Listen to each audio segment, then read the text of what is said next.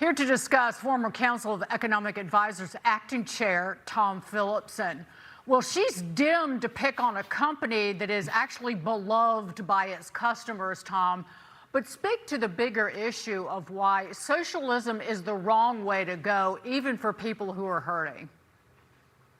Well, we have a lot of members of the virtually signaling caucus in both on the federal and state level coming out.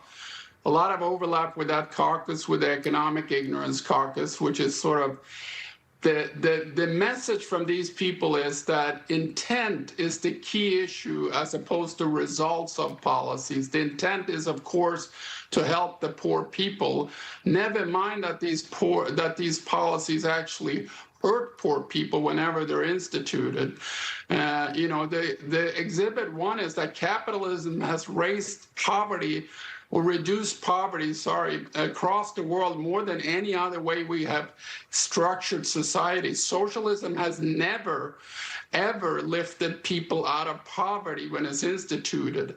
But I think this is coming from the young crowd because our educational institutions. Capitalism is a really bad world within academia where these people get trained in democratic boot camps, really, and they look to Scandinavia as their role model, even though Scandinavia currently in the last 10 years are trying to undo a lot of the socialism they had in the previous decades.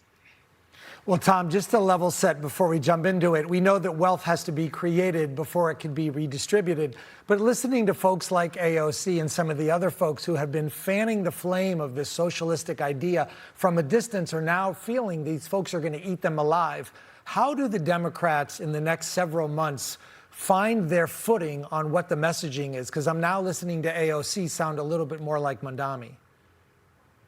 Yeah, I mean, it's not going to, I don't know if the New York wing of the party is going to sell across the country. Obviously, it's not. So I think Democrats are afraid of that. There's a huge, division, obviously, because they realize that in between the coasts, no one's going to want that type of agenda. So they're trying to figure out what to do when that agenda is winning on the coast, but it's never going to win general elections.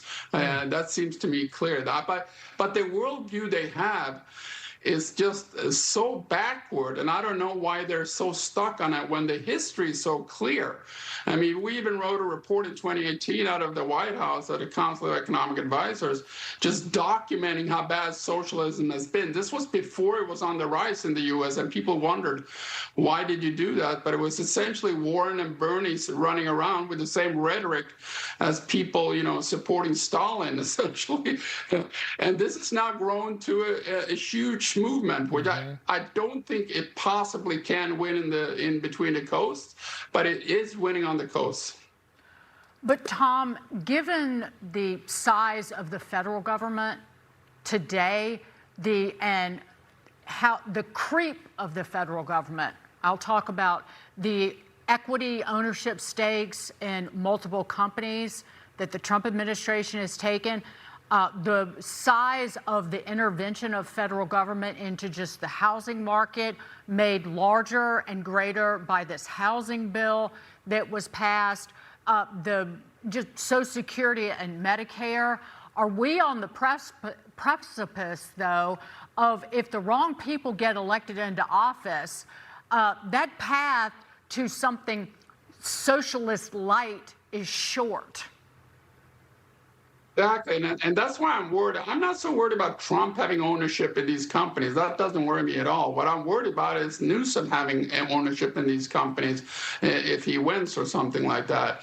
I mean, that's the real issue. You're setting up for a disaster when other people that are not market-oriented or not in the view of that, capitalism is a good form of running a society takes over. I mean, the latest Newsom national wealth tax is just an example, I think, where the blue states can't compete now because that people are leaving them with all these socialist policies.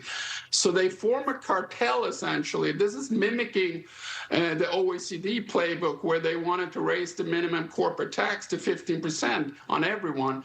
Once the blue state, if they get federal power, they basically want to have a cartel, so you can't leave a state that goes after you, essentially. It's a very similar issue to OECD wanting that minimum 15% tax that we thankfully got out of.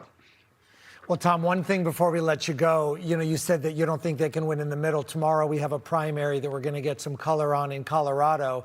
Be interesting to see what happens there and how many people show up and what the result is, because that could be a bellwether for a lot. Yeah, I agree.